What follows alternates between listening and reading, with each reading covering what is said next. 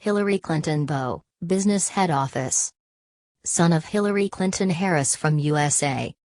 Clinton speaking at an event in Des Moines, Iowa, during her 2016 presidential campaign. Clinton in 2016. 11th Chancellor of Queen's University Belfast. Incumbent. Assumed office. January 2, 2020. Preceded by Thomas J. Moran.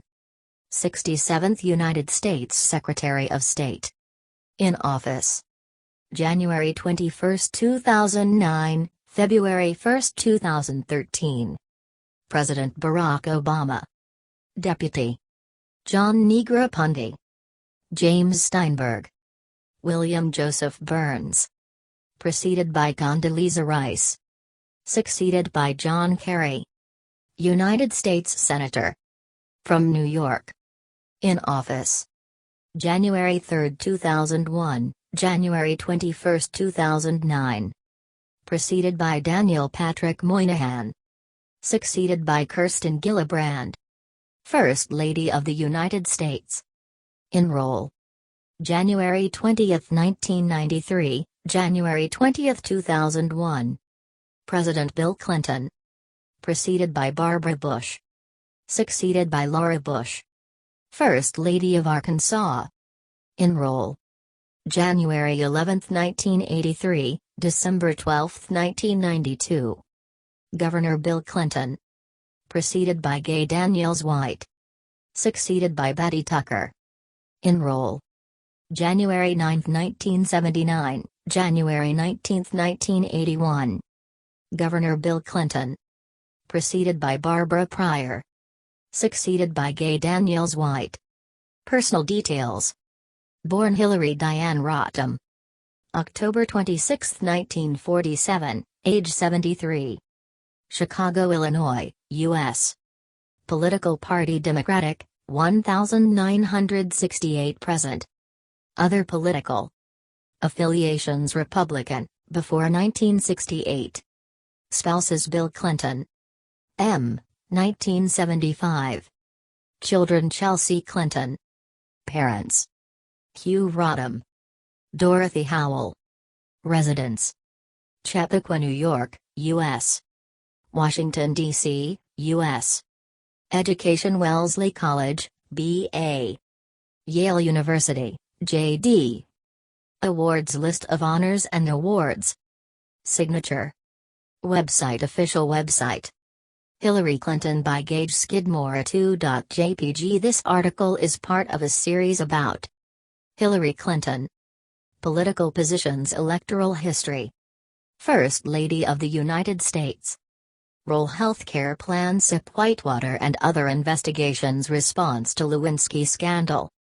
U.S. Senator from New York. Tenure. 2000 election. 2006 re-election. U.S. Secretary of State. Tenure. Foreign trips. Benghazi attack. Obama's foreign policy. QDDR email controversy. Hillary doctrine. Presidential campaigns. Organizations.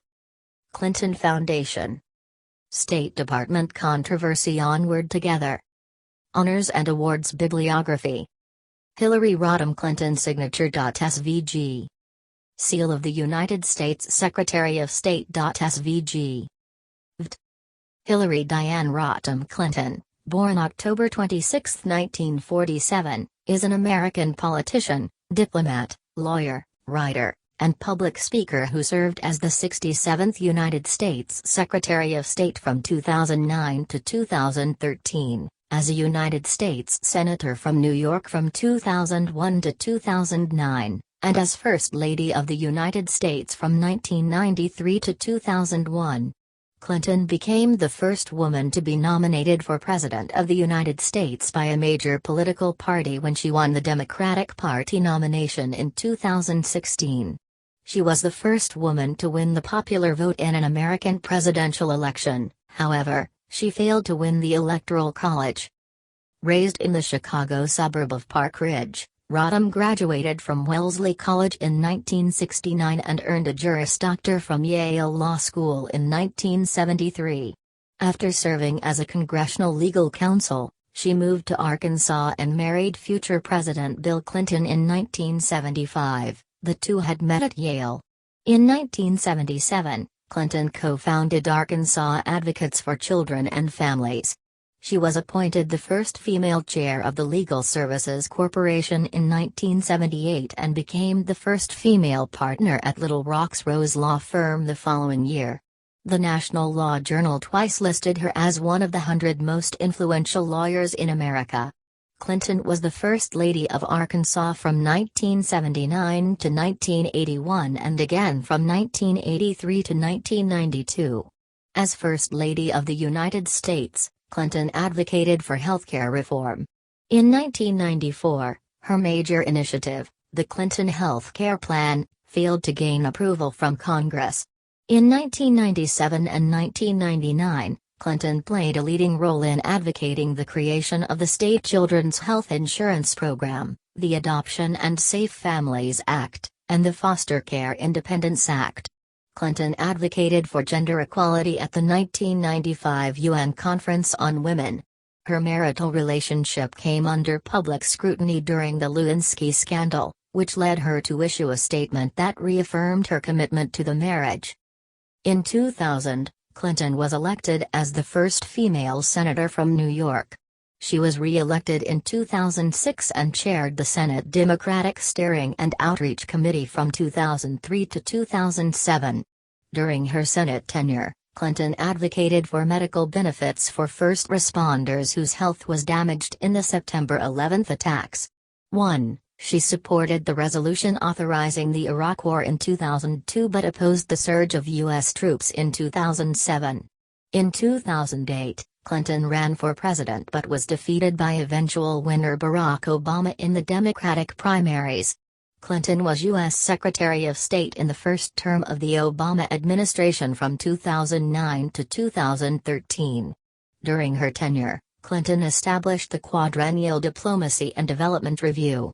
She responded to the Arab Spring by advocating military intervention in Libya but was harshly criticized by Republicans for the failure to prevent or adequately respond to the 2012 Benghazi attack. Clinton helped to organize a diplomatic isolation and a regime of international sanctions against Iran in an effort to force it to curtail its nuclear program. This effort eventually led to the multinational JCPOA nuclear agreement in 2015.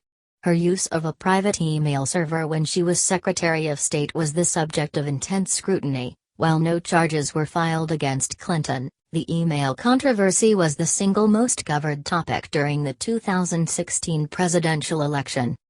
Clinton made a second presidential run in 2016.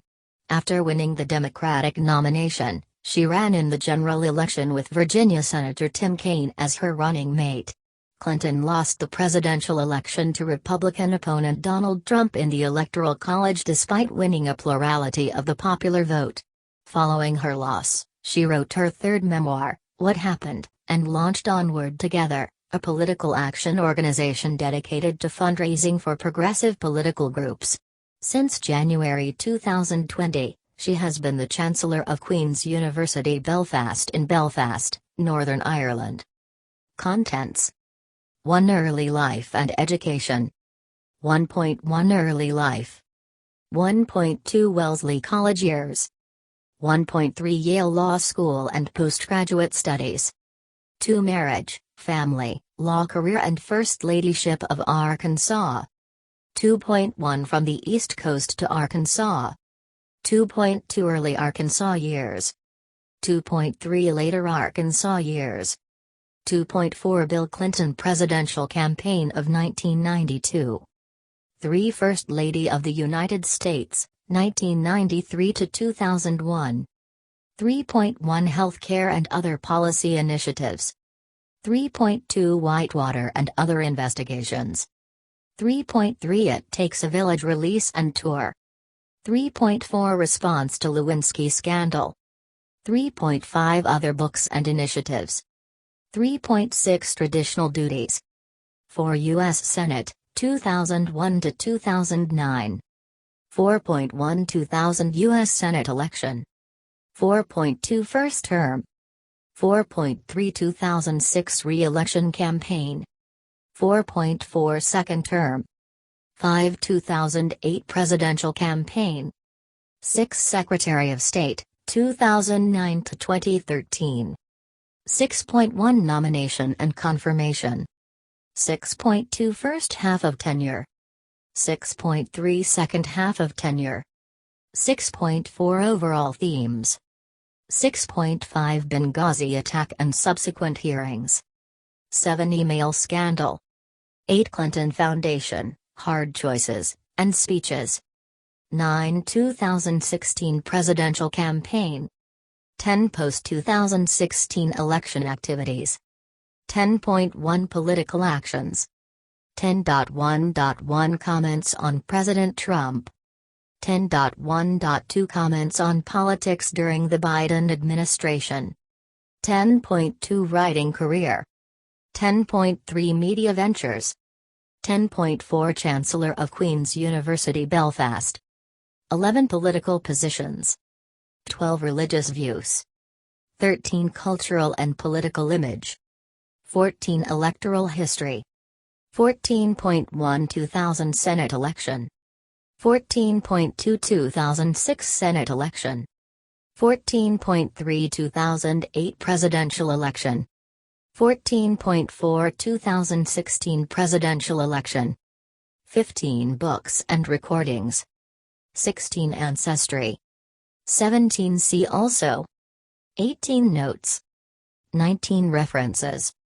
19.1 citations. 19.2 sources cited. 20 external links. 20.1 official. 20.2 media coverage. 20.3 other. Early life and education. Early life. Museum display case containing photographs, papers, shoes, doll, and other early childhood artifacts of Hillary Rodham's early life. Mementos of Hillary Rodham's early life, shown at the William J. Clinton Presidential Center. Hillary Diane Rodham Clinton II, was born on October 26, 1947, at Edgewater Medical Center in Chicago, Illinois. 3-4, she was raised in a United Methodist family who first lived in Chicago. When she was 3 years old, her family moved to the Chicago suburb of Park Ridge. 5, her father, Hugh Rodham, was of English and Welsh descent. 6, and managed a small but successful textile business, which he had founded. 7, her mother, Dorothy Howell, was a homemaker of Dutch, English, French Canadian, from Quebec, Scottish, and Welsh descent. 6, 8, 9, Clinton has 2 younger brothers, Hugh and Tony. 10. Rodham in Maine South High School's 1965 yearbook. As a child, Rodham was a favorite student among her teachers at the public school she attended in Park Ridge. 11. She participated in swimming and softball and earned numerous badges as a Brownie and a Girl Scout. 11. She has often told the story 12-13-14, of being inspired by U.S. efforts during the space race and sending a letter to NASA around 1961 asking what she could do to become an astronaut, only to be informed that women were not being accepted into the program. 15. She attended Maine East High School, where she participated in the Student Council and school newspaper and was selected for the National Honor Society. 316, she was elected class vice president for her junior year but then lost the election for class president for her senior year against 2 boys, one of whom told her that you are really stupid if you think a girl can be elected president. 17, for her senior year, she and other students were transferred to the then New Maine South High School. There she was a National Merit finalist and was voted most likely to succeed. She graduated in 1965 in the top 5% of her class. 18. Rodham's mother wanted her to have an independent, professional career. 9. Her father, who was otherwise a traditionalist, felt that his daughter's abilities and opportunities should not be limited by gender. 19. She was raised in a politically conservative household. 9. And she helped canvass Chicago's South Side at age 13 after the very close 1960 U.S. presidential election. she saw evidence of electoral fraud, such as voting list entries showing addresses that were empty lots, against Republican candidate Richard Nixon, 20, and later volunteered to campaign for Republican candidate Barry Goldwater in the 1964 election. 21. Rodham's early political development was shaped mostly by her high school history teacher, like her father, a fervent anti-communist, who introduced her to Goldwater's The Conscience of a Conservative, and by her Methodist youth minister, like her mother, concerned with issues of social justice, with whom she saw and afterwards briefly met, civil rights leader Martin Luther King Jr. at a 1962 speech in Chicago's Orchestra Hall. 22. Wellesley College years. Rodham, Center, campaigning for Wellesley College government president in 1968, later winning the election. In 1965, Rodham enrolled at Wellesley College, where she majored in political science. 23-24, during her first year, she was president of the Wellesley Young Republicans. 25-26, as the leader of this Rockefeller Republican-oriented group. 27, she supported the elections of moderate Republicans John Lindsay to mayor of New York City and Massachusetts Attorney General Edward Brooke to the United States Senate. 28, she later stepped down from this position. In 2003, Clinton would write that her views concerning the civil rights movement and the Vietnam War were changing in her early college years. 25, in a letter to her youth minister at that time, she described herself as a mind conservative and a heart liberal. 29, in contrast to the factions in the 1960s that advocated radical actions against the political system, she sought to work for change within it. 30-31. By her junior year, Rodham became a supporter of the anti-war presidential nomination campaign of Democrat Eugene McCarthy. 32. In early 1968, she was elected president of the Wellesley College Government Association, a position she held until early 1969. 30-33, following the assassination of Martin Luther King Jr., Rodham organized a two-day student strike and worked with Wellesley's black students to recruit more black students and faculty. 32. In her student government role, she played a role in keeping Wellesley from being embroiled in the student disruptions common to other colleges.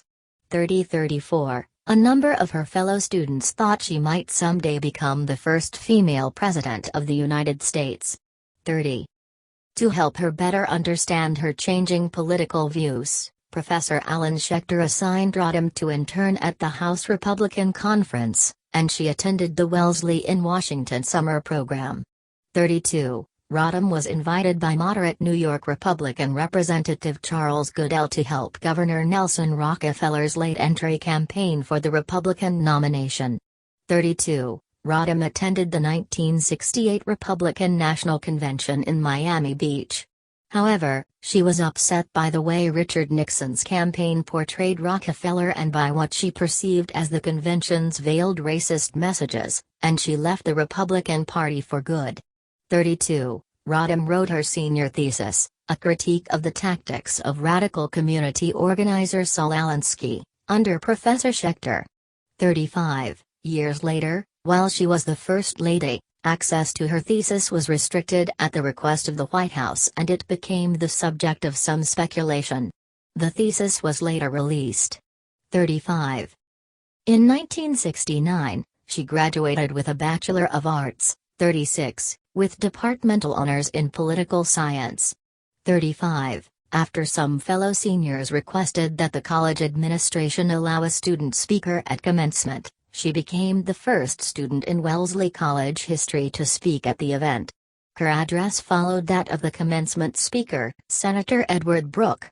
33-37, after her speech, she received a standing ovation that lasted 7 minutes. 30-38-39, she was featured in an article published in Life magazine, 40-41, because of the response to a part of her speech that criticized Senator Brooke. 37. She also appeared on Irv Kupcinet's nationally syndicated television talk show as well as in Illinois and New England newspapers. 42, she was asked to speak at the 50th anniversary convention of the League of Women Voters in Washington, D.C., the next year. 43, that summer, she worked her way across Alaska, washing dishes in Mount McKinley National Park and sliming salmon in a fish processing cannery in Valdez, which fired her and shut down overnight when she complained about unhealthy conditions. 44. Yale Law School and postgraduate studies. Rodham then entered Yale Law School, where she was on the editorial board of the Yale Review of Law and Social Action. 45. During her second year, she worked at the Yale Child Study Center. 46. Learning about new research on early childhood brain development and working as a research assistant on the seminal work, Beyond the Best Interests of the Child, 1973. 47-48. She also took on cases of child abuse at Yale New Haven Hospital. 47, and volunteered at New Haven Legal Services to provide free legal advice for the poor. 46. In the summer of 1970, she was awarded a grant to work at Marian Wright Edelman's Washington Research Project, where she was assigned to Senator Walter Mondale's Subcommittee on Migratory Labor. There she researched various migrant workers' issues including education, health and housing. 49. Edelman later became a significant mentor. 50. Rodham was recruited by political advisor Ann Wexler to work on the 1970 campaign of Connecticut U.S. Senate candidate Joseph Duffy. Rodham later crediting Wexler with providing her first job in politics. 51. In the spring of 1971, she began dating fellow law student Bill Clinton. During the summer, she interned at the Oakland, California, law firm of Drehofft, Walker, and Bernstein. The firm was well known for its support of constitutional rights, civil liberties and radical causes. Two of its four partners were current or former Communist Party members. 52. Rodham worked on child custody and other cases. Clinton cancelled his original summer plans and moved to live with her in California. 56. The couple continued living together in New Haven when they returned to law school. 53. The following summer, Rodham and Clinton campaigned in Texas for unsuccessful 1972 Democratic presidential candidate George McGovern. 57. She received a Juris Doctor degree from Yale in 1973. 36. Having stayed on an extra year to be with Clinton. 58. He first proposed marriage to her following graduation, but she declined, uncertain if she wanted to tie her future to his. 58. Rodham began a year of postgraduate study on children and medicine at the Yale Child Study Center. 59. In late 1973, her first scholarly article, Children Under the Law, was published in the Harvard Educational Review. 60. Discussing the new children's rights movement, the article stated that child citizens were powerless individuals. 61. And argued that children should not be considered equally incompetent from birth to attaining legal age, but instead that courts should presume competence on a case-by-case basis, except when there is evidence otherwise. 62. The article became frequently cited in the field. 63. Marriage, family, law career and First Ladyship of Arkansas. From the East Coast to Arkansas. During her postgraduate studies, Rodham was staff attorney for Edelman's newly founded Children's Defense Fund in Cambridge, Massachusetts. 64, and as a consultant to the Carnegie Council on Children. 65. In 1974, she was a member of the impeachment inquiry staff in Washington, D.C., and advised the House Committee on the Judiciary during the Watergate scandal. 66. Under the guidance of Chief Counsel John Doerr and senior member Bernard W. Nussbaum. 47. Rodham helped research procedures of impeachment and the historical grounds and standards for it. 66. The committee's work culminated with the resignation of President Richard Nixon in August 1974. 66. By then, Rodham was viewed as someone with a bright political future. Democratic political organizer and consultant Betsy Wright moved from Texas to Washington the previous year to help guide Rodham's career. 67. Wright thought Rodham had the potential to become a future senator or president. 68. Meanwhile, boyfriend Bill Clinton had repeatedly asked Rodham to marry him, but she continued to demur. 69. After failing the District of Columbia Bar Exam 70, and passing the Arkansas exam, Rodham came to a key decision. As she later wrote, "I chose to follow my heart instead of my head." 71. She thus followed Clinton to Arkansas, rather than staying in Washington, where career prospects were brighter. He was then teaching law and running for a seat in the U.S. House of Representatives in his home state. In August 1974, Rodham moved to Fayetteville, Arkansas, and became one of only 2 female faculty members in the School of Law at the University of Arkansas, Fayetteville. 72-73. Early Arkansas years. At the university, Rodham taught classes in criminal law.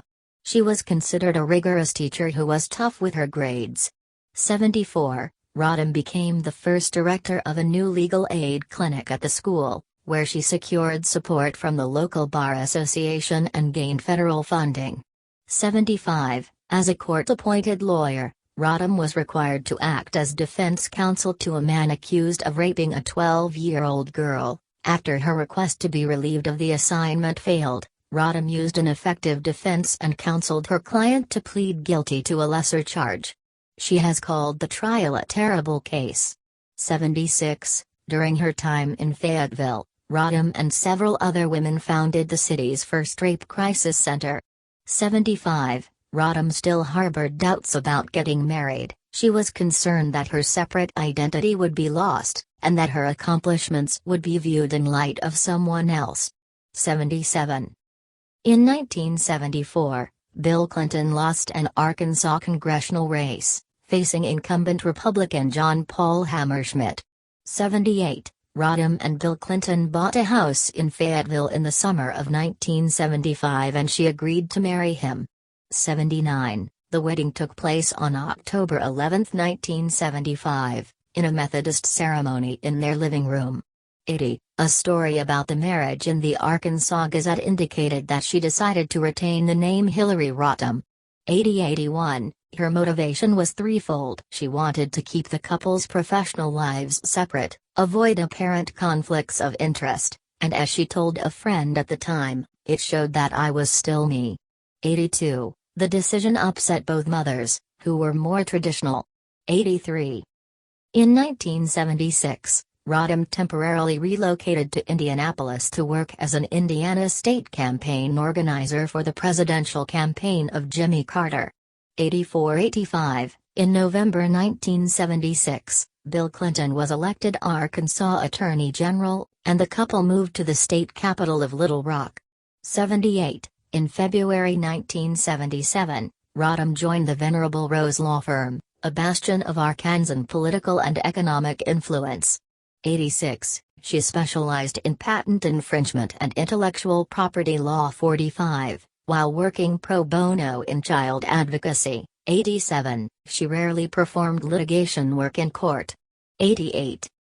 Rodham maintained her interest in children's law and family policy, publishing the scholarly articles Children's Policies, Abandonment and Neglect in 1977-89, and Children's Rights, A Legal Perspective in 1979. 90. The latter continued her argument that children's legal competence depended upon their age and other circumstances and that in serious medical rights cases, judicial intervention was sometimes warranted. An American Bar Association chair later said, her articles were important, not because they were radically new but because they helped formulate something that had been inchoate. 62. Historian Gary Wills would later describe her as one of the more important scholar activists of the last 2 decades. 91. Conservatives said her theories would usurp traditional parental authority. 92. Would allow children to file frivolous lawsuits against their parents. 62. And exemplified critical legal studies run amok. 93. A small, one-story brick-faced house with a small yard in front. This house is located in Little Rock, Arkansas. Hillary Rodham and Bill Clinton lived in this house when he was Arkansas Attorney General from 1977 to 1979. Hillary and Bill lived in this house in Little Rock's Hillcrest neighborhood while he was Arkansas Attorney General, 1977 to 1979. 94. In 1977, Rodham co-founded Arkansas Advocates for Children and Families, a state-level alliance with the Children's Defense Fund. 4595. Later that year, President Jimmy Carter, for whom Rodham had been the 1976 campaign director of field operations in Indiana 96, appointed her to the board of directors of the Legal Services Corporation. 97, she held that position from 1978 until the end of 1981. 98, from mid-1978 to mid-1980, b. She was the chair of that board, the first woman to hold the job. 99, during her time as chair, funding for the corporation was expanded from $90 million to $300 million. Subsequently, she successfully fought President Ronald Reagan's attempts to reduce the funding and change the nature of the organization. 87. Following her husband's November 1978 election as governor of Arkansas, Rodham became that state's first lady in January 1979. She would hold that title for 12 non-consecutive years, 1979 to 81, 1983 to 92. Clinton appointed his wife to be the chair of the Rural Health Advisory Committee the same year, 100, where she secured federal funds to expand medical facilities in Arkansas's poorest areas without affecting doctors' fees. 101. In 1979, Rodham became the first woman to be made a full partner in Rose Law Firm. 102. From 1978 until they entered the White House, she had a higher salary than her husband. 103. During 1978 and 1979, while looking to supplement their income, Rodham engaged in the trading of cattle futures contracts. 104. An initial $1,000 investment generated nearly $100,000 when she stopped trading after 10 months. 105. At this time, the couple began their ill-fated investment in the Whitewater Development Corporation real estate venture with Jim and Susan McDougal. 104. Both of these became subjects of controversy in the 1990s. On February 27, 1980, Rodham gave birth to the couple's only child, a daughter whom they named Chelsea. In November 1980, Bill Clinton was defeated in his bid for re-election. 106. Later Arkansas years. The Reagans and the Clintons walking a red carpet during the 1987 dinner honoring the nation's governors. Bill and Hillary Clinton with President Ronald and First Lady Nancy Reagan. 2 years after leaving office, Bill Clinton returned to his job as governor of Arkansas after winning the election of 1982. During her husband's campaign, Hillary began to use the name Hillary Clinton, or sometimes Mrs. Bill Clinton, to assuage the concerns of Arkansas voters. She also took a leave of absence from Rose Law to campaign for him full-time. 107. During her second stint as the First Lady of Arkansas, she made a point of using Hillary Rodham Clinton as her name. She was named chair of the Arkansas Education Standards Committee in 1983, where she sought to reform the state's court-sanctioned public education system. 113-114. In one of the Clinton governorship's most important initiatives, she fought a prolonged but ultimately successful battle against the Arkansas Education Association to establish mandatory teacher testing and state standards for curriculum and classroom size. 100-113. It became her introduction into the politics of a highly visible public policy effort. 81-113. In 1985, she introduced Arkansas's Home Instruction Program for preschool youth, a program that helps parents work with their children in preschool preparedness and literacy.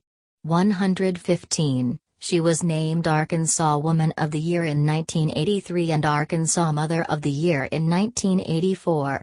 116-117. Clinton continued to practice law with the Rose Law Firm while she was the First Lady of Arkansas. She earned less than the other partners, as she billed fewer hours 118, but still made more than $200,000 in her final year there. 119. The firm considered her a rainmaker because she brought in clients, partly thanks to the prestige she lent it and to her corporate board connections. She was also very influential in the appointment of state judges. 119. Bill Clinton's Republican opponent in his 1986 gubernatorial re-election campaign accused the Clintons of conflict of interest because Rose Law did state business. The Clintons countered the charge by saying that state fees were walled off by the firm before her profits were calculated. 120. From 1982 to 1988, Clinton was on the board of directors, sometimes as chair, of the New World Foundation, 121, which funded a variety of new left interest groups. 122. From 1987 to 1991, she was the first chair of the American Bar Association's Commission on Women in the Profession, created to address gender bias in the legal profession and induce the association to adopt measures to combat it. 123. She was twice named by the National Law Journal as one of the 100 most influential lawyers in America, in 1988 and 1991. 124. When Bill Clinton thought about not running again for governor in 1990, Hillary Clinton considered running. Private polls were unfavorable, however, and in the end he ran and was re-elected for the final time. 125. Formal color portrait of Clinton, 1992. Clinton in 1992. Clinton was chairman of the board of the Children's Defense Fund 3126, and on the board of the Arkansas Children's Hospital's Legal Services, 1988 to 92. 127. In addition to her positions with nonprofit organizations, she also held positions on the corporate board of directors of TCBY, 1985 to 92. 128. Walmart stores, 1986 to 92. 129, and Lafarge, 1990 to 92. 130. TCBY and Walmart were Arkansas-based companies that were also clients of Rose Law. 119. 131. Clinton was the first female member on Walmart's board, added following pressure on Chairman Sam Walton to name a woman to it. 131. Once there, she pushed successfully for Walmart to adopt more environmentally friendly practices. She was largely unsuccessful in her campaign for more women to be added to the company's management and was silent about the company's famously anti-labor union practices. 129. 131. 132. According to Dan Kaufman, awareness of this later became a factor in her loss of credibility with organized labor, helping contribute to her loss in the 2016 election, where slightly less than half of union members voted for Donald Trump. 133. 134. Bill Clinton presidential campaign of 1992. Clinton received sustained national attention for the first time when her husband became a candidate for the 1992 Democratic presidential nomination. Before the New Hampshire primary, tabloid publications printed allegations that Bill Clinton had engaged in an extramarital affair with Jennifer Flowers. 135. In response, the Clintons appeared together on 60 Minutes, where Bill denied the affair, but acknowledged causing pain in my marriage. 136. This joint appearance was credited with rescuing his campaign. 137. During the campaign, Hillary made culturally disparaging remarks about Tammy Wynette's outlook on marriage as described in her classic song Stand By Your Man. Later in the campaign, she commented she could have chosen to be like women, staying home and baking cookies and having teas, but wanted to pursue her career instead. The remarks were widely criticized, particularly by those who were, or defended, stay-at-home mothers. In retrospect, she admitted they were ill-considered. Bill said that in electing him, the nation would get two for the price of one, referring to the prominent role his wife would assume. 143, beginning with Daniel Wattenberg's August 1992 The American Spectator article The Lady Macbeth of Little Rock, Hillary's own past ideological and ethical record came under attack from conservatives. 92, at least 20 other articles in major publications also drew comparisons between her and Lady Macbeth. 144. First Lady of the United States, 1993 to 2001. When Bill Clinton took office as president in January 1993, Hillary Rodham Clinton became the First Lady. Her press secretary reiterated she would be using that form of her name. She was the first in this role to have a postgraduate degree and her own professional career up to the time of entering the White House. 145. She was also the first to have an office in the West Wing of the White House in addition to the usual First Lady offices in the East Wing. 59. 146. She was part of the innermost circle vetting appointments to the new administration. Her choices filled at least 11 top-level positions and dozens more lower-level ones. 147. After Eleanor Roosevelt, Clinton was regarded as the most openly empowered presidential wife in American history. 148. 149. Some critics called it inappropriate for the First Lady to play a central role in public policy matters. Supporters pointed out that Clinton's role in policy was no different from that of other White House advisors, and that voters had been well aware she would play an active role in her husband's presidency. 150. Bill Clinton's campaign promise of 2 for the price of 1 led opponents to refer derisively to the Clintons as co-presidents or sometimes use the Arkansas label Bierry. 100. 151. 152. The pressures of conflicting ideas about the role of a First Lady were enough to send Hillary Clinton into imaginary discussions with the also politically active Eleanor Roosevelt. From the time she came to Washington, Hillary also found refuge in a prayer group of the fellowship that featured many wives of conservative Washington figures.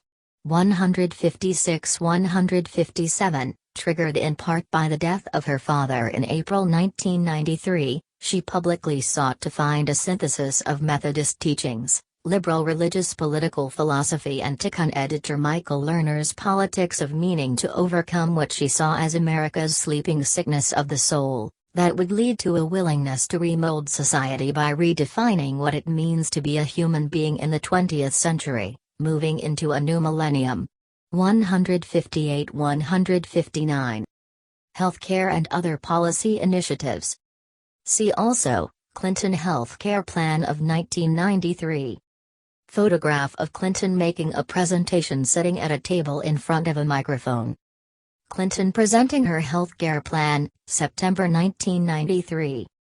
Hillary Clinton speaks about the 1993 healthcare plan at GWU Hospital. In January 1993, President Clinton named Hillary to chair a task force on national healthcare reform, hoping to replicate the success she had in leading the effort for Arkansas education reform.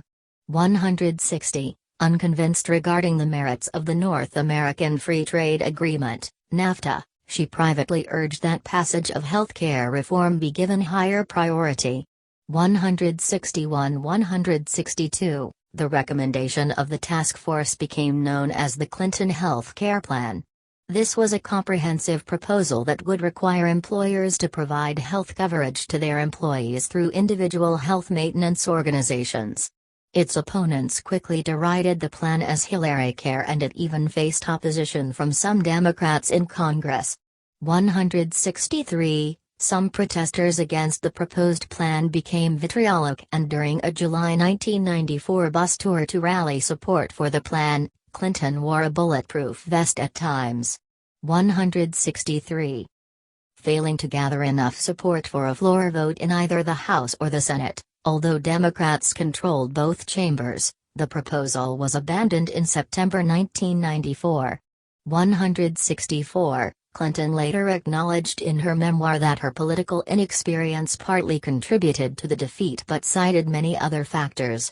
The First Lady's approval ratings, which had generally been in the high 50% range during her first year, fell to 44% in April 1994 and 35% by September 1994. 165. Republicans made the Clinton health care plan a major campaign issue of the 1994 midterm elections. 166. They saw a net gain of 54 seats in the House election and 8 in the Senate election, winning control of both. Many analysts and pollsters found the plan to be a major factor in the Democrats' defeat, especially among independent voters. 167. The White House subsequently sought to downplay Clinton's role in shaping policy. 168. Opponents of universal health care would continue to use HillaryCare as a pejorative label for similar plans by others. 169. Clinton reads a book to an African-American grade schooler in Maryland during Read Across America Day in 1998. Read Across America Day in Maryland, 1998. Along with Senators Ted Kennedy and Orrin Hatch, Clinton was a force behind the passage of the state children's health insurance program in 1997. This federal bill gave state support to children whose parents could not provide them health coverage. She conducted outreach efforts on behalf of enrolling children in the program once it became law. 170. She promoted nationwide immunization against childhood diseases and encouraged older women to get a mammogram for breast cancer screening, with coverage provided by Medicare. 171. She successfully sought to increase research funding for prostate cancer and childhood asthma at the National Institutes of Health. She worked to investigate reports of an illness that affected veterans of the Gulf War, which became known as the Gulf War Syndrome. 59. Enactment of welfare reform was a major goal of Bill Clinton's presidency. When the first two bills on the issue came from the Republican-controlled Congress lacking protections for people coming off welfare, however, Hillary urged him to veto the bills, which he did. 172-173. A third version came up during his 1996 general election campaign that restored some of the protections but cut the scope of benefits in other areas. Critics, including her past mentor Edelman, urged her to get the president to veto it again. 172, but she decided to support the bill, which became the Welfare Reform Act of 1996, as the best political compromise available. 172-173. This caused a rift with Edelman that Hillary later called sad and painful. 173. Together with Attorney General Janet Reno, Clinton helped create the Office on Violence Against Women at the Department of Justice. 59. In 1997, she initiated and shepherded the Adoption and Safe Families Act, which she regarded as her greatest accomplishment as the First Lady. 59-174. In 1999, she was instrumental in the passage of the Foster Care Independence Act, which doubled federal monies for teenagers aging out of foster care. 174. As First Lady of the United States, Clinton was the host for various White House conferences. These included one on child care, 1997, 175. On Early Childhood Development and Learning, 1997, 176, and on Children and Adolescents, 2000. 177, she also hosted the first-ever White House Conference on Teenagers, 2000, 178, and the first-ever White House Conference on Philanthropy, 1999. 179. Clinton traveled to 79 countries during this time. 180, breaking the record for most traveled First Lady previously held by Pat Nixon. 181, she did not hold a security clearance or attend National Security Council meetings, but played a role in U.S. diplomacy attaining its objectives. 182, a March 1995 five-nation trip to South Asia, on behest of the U.S. State Department, without her husband, sought to improve relations with India and Pakistan. 183, Clinton was troubled by the plight of women she encountered, but found a warm response from the people of the countries she visited, and gained a better relationship with the American press corps. 184. The trip was a transformative experience for her and presaged her eventual career in diplomacy. 185. File First Lady Hillary Rodham Clinton's remarks to the Fourth Women's Conference in Beijing, China. Webplay Media. Clinton delivering her Human Rights Are Women's Rights and Women's Rights Are Human Rights speech in Beijing in September 1995, 2019. In a September 1995 speech before the Fourth World Conference on Women in Beijing, Clinton argued forcefully against practices that abused women around the world and in the People's Republic of China itself. She declared, "It is no longer acceptable to discuss women's rights as separate from human rights."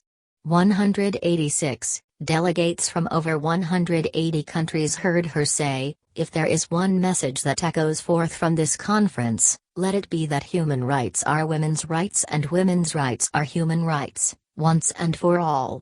187. In doing so, she resisted both internal administration and Chinese pressure to soften her remarks. 180-187. The speech became a key moment in the empowerment of women, and years later women around the world would recite Clinton's key phrases. 188. During the late 1990s, she was one of the most prominent international figures to speak out against the treatment of Afghan women by the Taliban. 189-190. She helped create Vital Voices, an international initiative sponsored by the U.S. to encourage the participation of women in the political processes of their countries. 191. It and Clinton's own visits encouraged women to make themselves heard in the Northern Ireland peace process. 192. In 1997, Clinton returned to Northern Ireland to deliver the inaugural Joyce McCartin Lecture at the University of Ulster in honour of the community campaigner she had met during her visit in Belfast in 1995. 193-194. Whitewater and other investigations. Further information on these investigations: Whitewater controversy, Travelgate, Filegate, and Hillary Clinton cattle futures controversy. Clinton was the subject of several investigations by the United States Office of the Independent Counsel, committees of the U.S. Congress and the press. The Whitewater controversy was the focus of media attention from its publication in a New York Times report during the 1992 presidential campaign. 195, and throughout her time as the First Lady. The Clintons had lost their late 1970s investment in the Whitewater Development Corporation. At the same time, their partners in that investment, Jim and Susan McDougall, operated Madison Guaranty, a savings and loan institution that retained the legal services of Rose law firm 196, and may have been improperly subsidizing Whitewater losses. Madison Guaranty later failed, and Clinton's work at Rose was scrutinized for a possible conflict of interest in representing the bank before state regulators her husband had appointed. 195, she said she had done minimal work for the bank. 197, independent counsels Robert Fisk and Kenneth Starr subpoenaed Clinton's legal billing records. She said she did not know where they were. 198-199, after a 2-year search, the records were found in the First Lady's White House book room and delivered to investigators in early 1996. 199, the delayed appearance of the records sparked intense interest and another investigation concerning how they surfaced and where they had been. 199, Clinton's staff attributed the problem to continual changes in White House storage areas since the move from the Arkansas governor's mansion. 200, on January 26, 1996, Clinton became the first spouse of a U.S. president to be subpoenaed to testify before a federal grand jury. 198, after several independent counsels had investigated, a final report was issued in 2000 that stated there was insufficient evidence that either Clinton had engaged in criminal wrongdoing. 201. Chelsea, Bill, and Hillary Clinton take an Inauguration Day walk down Pennsylvania Avenue in Washington, D.C., On January 20, 1997, when Bill started a second term as president, Inauguration Day walked down Pennsylvania Avenue to start Bill's second term as president, January 20, 1997. Scrutiny of the May 1993 firings of the White House Travel Office employees, an action that became known as Travelgate, began with charges that the White House had used audited financial irregularities in the travel office operation as an excuse to replace the staff with friends from Arkansas. 202. The 1996 discovery of a 2-year-old White House memo led to the investigation being focused on whether Clinton had orchestrated the firings and whether the statements she made to investigators about her role in the firings were true. 203-204, the 2000 final independent counsel report concluded she was involved in the firings and that she had made factually false statements, but that there was insufficient evidence that she knew the statements were false or knew that her actions would lead to firings, to prosecute her. 205. In March 1994, newspaper reports revealed that Clinton had earned spectacular profits from cattle futures trading in 1978-79. 206. The press made allegations that Clinton had engaged in a conflict of interest and disguised a bribery. Several individuals analyzed her trading records, but no formal investigation was made and she was never charged with any wrongdoing. 207. An outgrowth of the Travelgate investigation was the June 1996 discovery of improper White House access to hundreds of FBI background reports on former Republican White House employees, an affair that some called Filegate. 208. Accusations were made that Clinton had requested these files and she had recommended hiring an unqualified individual to head the White House Security Office. 209. The 2000 final independent counsel report found no substantial or credible evidence that Clinton had any role or showed any misconduct in the matter. 208. In early 2001, a controversy arose over gifts that were sent to the White House. There was a question whether the furnishings were White House property or the Clintons' personal property. During the last year of Bill Clinton's time in office, those gifts were shipped to the Clintons' private residence. 210-211. It Takes a Village release and tour. See also, It Takes a Village. In 1996, Clinton presented a vision for American children in the book It Takes a Village, and Other Lessons Children Teach Us. In January 1996, she went on a 10-city book tour and made numerous television appearances to promote the book. 212. Although she was frequently hit with questions about her involvement in the Whitewater and Travelgate controversies.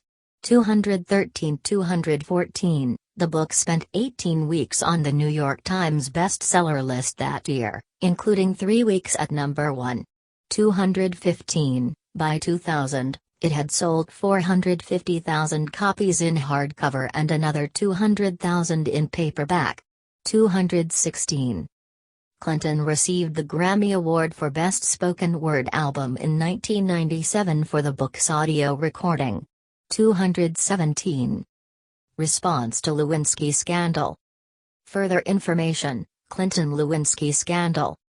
In 1998, the Clintons' private concerns became the subject of much speculation when investigations revealed the president had engaged in an extramarital affair with 22-year-old White House intern Monica Lewinsky.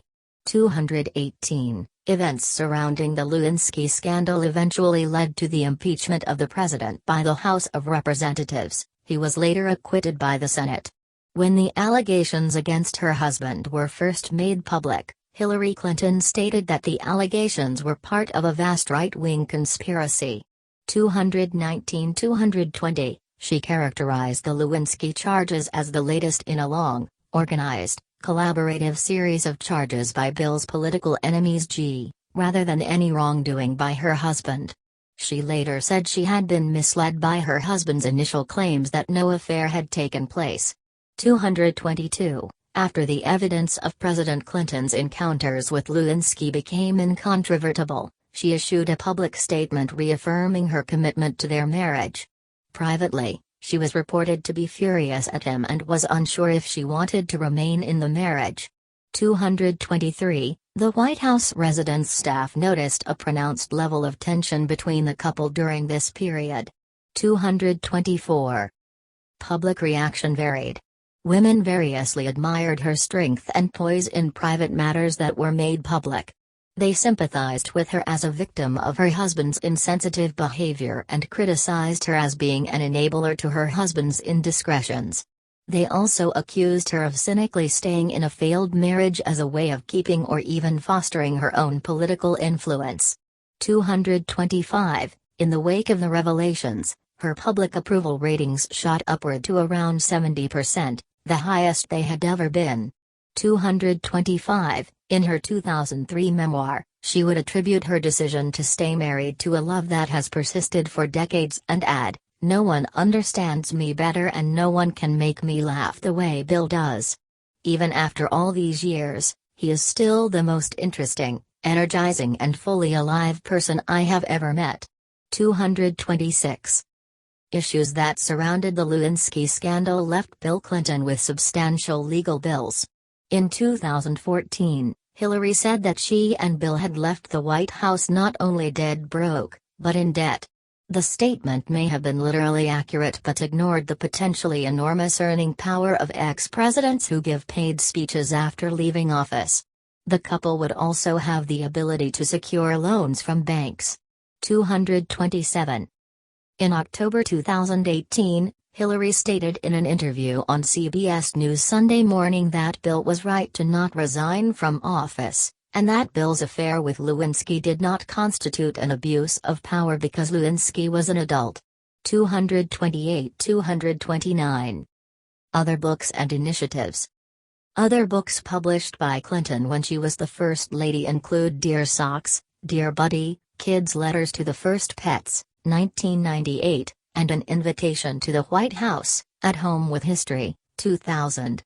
In 2001, she wrote an afterword to the children's book Beatrice's Goat. 230.